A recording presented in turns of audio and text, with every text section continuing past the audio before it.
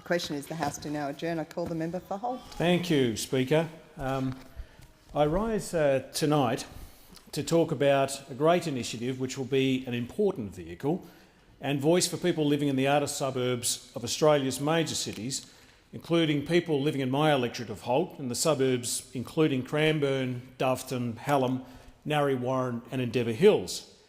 Australian governments traditionally have been perceived to be good at delivering services and facilities for the needs of people living in the inner suburbs of Australia's major cities.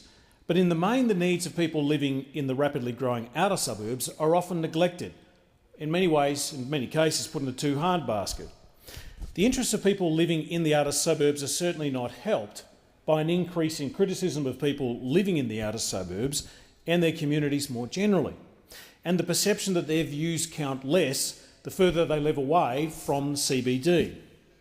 There's a richness that exists in virtually all of our outer suburbs. So many people make a positive contribution to our local communities, and people are always advancing the interests of the suburbs where they live. The facts about our outer suburbs are compelling. Over 3.6 million Australians live in 25 of the nation's fastest growing municipalities in Australia's outer suburbs. 1.3 million Australians live in our outer suburbs are children and young people, our nation's future. 40% of people living in the outer suburbs are migrants who have come from all countries around the world and now call Australia and its outer suburbs home. By 2026, 1 in 5 or 5.4 million Australians will live in the outer suburbs.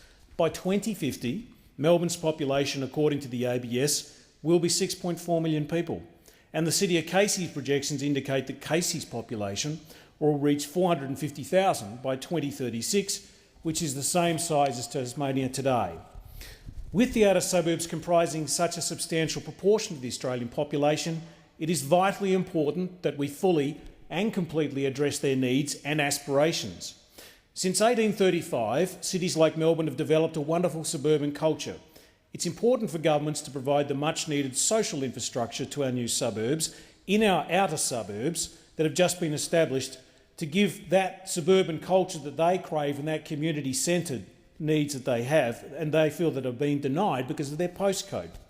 People living in the outer suburbs, like the local area that I represent, face a number of daily challenges, including traffic congestion, access to public transport, access to quality roads, access to health and education services, community facilities bursting at the seams and lack of access to a range of jobs, local jobs.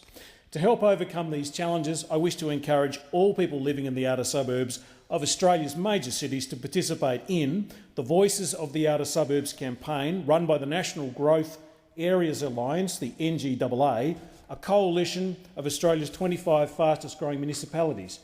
It's vital to directly hear from the people in the outer suburbs about their ideas and needs to improve their local communities. The NGAA's Voices of the Outer Suburbs campaign is vitally important so that we can directly hear from people in the outer suburbs about the challenges that they face.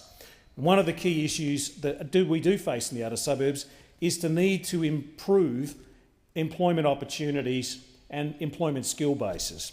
Recent investments such as the $10.5 million Hallam Valley Trade Training Centre provides job-ready training in traditional and emerging trades for young people in my electorate of Holt.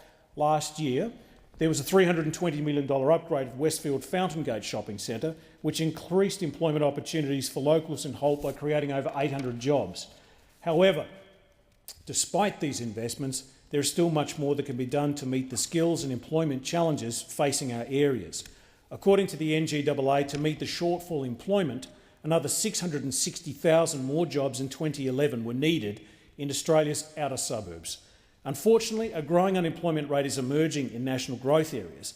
However, our youth need to know that there will be local jobs available in the outer suburbs when they need them, whether it means relocating public service departments to the outer suburbs or creating incentives for businesses to relocate there, or basically expanding campuses such as the Monash campus in Berwick.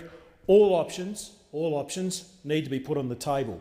And our young people will be watching closely at future state and federal governments to see what they do to create additional job and employment opportunities in the outer suburbs. Failure to act won't provide the employment opportunities, will only create additional pressures for our young people. And meeting with some young people today, that was emphasised. So I'd like to commend this initiative and the City of Casey for backing it. Voices in the outer suburbs are as important as voices in the inner city. Has expired.